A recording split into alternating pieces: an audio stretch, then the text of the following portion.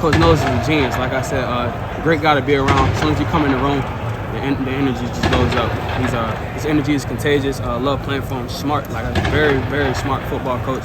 One of the smartest I've been around so far, just off these few months. I'm excited to work with him. Has your position changed any because of him?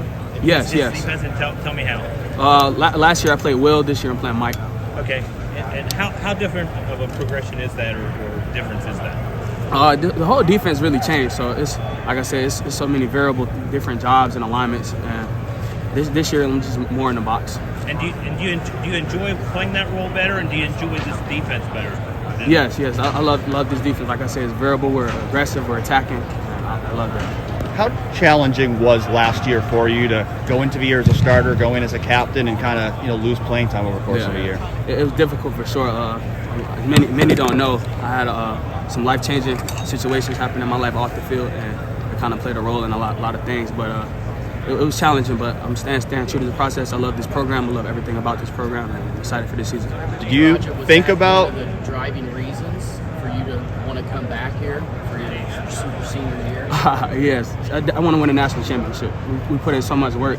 I think it's time. It's time for us to win a national championship. So I decided to work for that. Did you think about moving on or transferring elsewhere? No, I committed back to this place in 2017. Once I committed, I committed. I'm staying true to this program. I love this program. I love Coach Day and what he's done. I'm all in. Obviously, you were already a captain last year. How do you even grow on that and become a bigger leader this year? Just working with the guys. Going through Coach Mick's training. That's where the leadership shows up the most. And just pushing the guys and understand that we have a goal. And that goal is to win the national championship. And do whatever it takes. Who are some of the other guys you see stepping up as leaders right now? Tommy Eichenberg stepping up. Xavier Johnson, Cam Babb.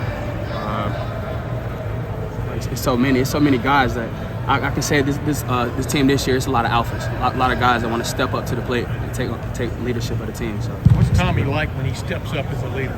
Oh man, we see him as a quiet. Yeah. He's definitely he's quiet, but he's fierce, man. Like Tommy's a fierce dude, and love to be around him. He's quiet, but like I said, he takes control when he has to. When you say fierce, define that from a football player standpoint.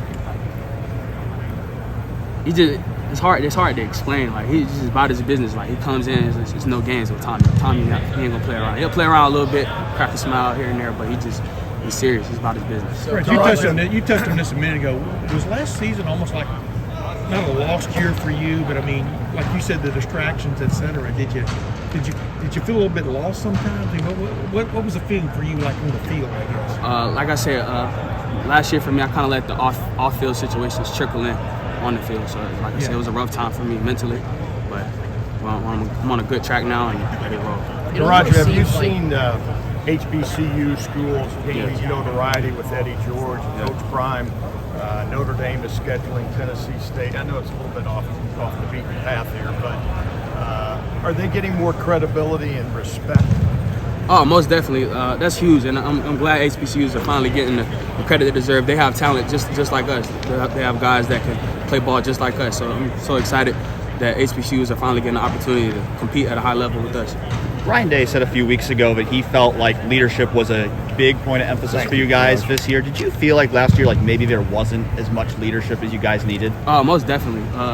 Like I said, we had leadership, but in those tough moments where we needed it, it wasn't where it needed to be. It was there, but it wasn't the standard of Ohio State and what we had in the past. We had some leaders that were the best leaders I've been around. So the standard wasn't there, but we're getting it there for sure. Teradja, it almost seems like a role reversal from last year, where you guys maybe, with all the kind of drama going on in Dallas, Kayvon, having to bring Steele over. Now all of a sudden it seems like you guys went from being scant to an abundance of wealth. You're back, PG's back. You saw Tommy ball out in the Rose Bowl. Yeah. Can you talk about that a little bit? How the difference, even from last year to now, just in the spring this year, just seems like it's a complete 180. It's definitely a change. Like I said, glad to have guys. We all back, and like I said, we've been working for this thing for a long time. Man, let's make it happen. That's our mindset. Let's make it happen. And with the new defense, let's master the defense and do whatever it takes to win the national championship and get top 5 defense in the country. Do you feel personally like your unit is going to be the leaders of the defense for the upcoming season? Oh, most definitely. Not just saying that because you're a linebacker, but for real. Most definitely. Like I said, obviously the other groups are great. They have talent, but I feel like our guys, we're the workhorses. We're usually the guys at the front of the line, everything. Like we're the workhorses. So I feel like we take accountability for the whole defense. That's how we feel. You and Kayvon and Dallas were kind of all in the same situation, last year coming in, maybe expected to have a major role. And it necessarily didn't go the same way, that you maybe expected it for yourself either. Yeah. So what was different really for you about sticking around and continuing to be a part of this program rather than going somewhere else? Yeah, for me, I'm big on loyalty. Like I said, I committed to this school back in 2017, and I've been all in ever since. Just because it doesn't go my way, that doesn't mean, for me personally, that don't mean just shy away and run away. I'm gonna keep attacking this thing, and God has a plan for me. I'm gonna keep working. What did it mean to you to see them go and find another place to latch on to and continue that? Well, those are my guys. I'm so happy for them. They finally get the opportunity, show what they have, because they're some very talented guys. So I'm so excited for them. Can't wait to see them play this fall. Is it challenging to now be playing for your third different linebacker coach here? Oh, yeah, it's crazy. I remember as a recruit, I had Coach Fickle for a little bit, and Coach Davis, and Coach Washington, now Coach Knowles. But, I mean, that's what comes with business of college football. So it is what it is. You just got to respond to it. You're going to have events in life you got to respond to. So. How are you enjoying learning from Coach Knowles so far? I'm loving it. Like I said, he's a great guy to be around. He makes football fun, and I'm enjoying it. In what ways does he make football fun? Like I said, we come into meetings, his music blasting, like the way he teaches is different. I never seen a coach teach how the way he teaches. And like I said, the guys we're having fun going to meetings and having fun putting it out on the field. This year is a little unique for you as well because it's that extra year of eligibility. Yeah. Do you have things that you feel like you need to prove in this last year? Oh, most definitely. Like I said, I've had some obstacles, and I'm overcoming them now, and I'm ready to show the world. I feel like a lot of people doubt me, so I'm ready to show the world.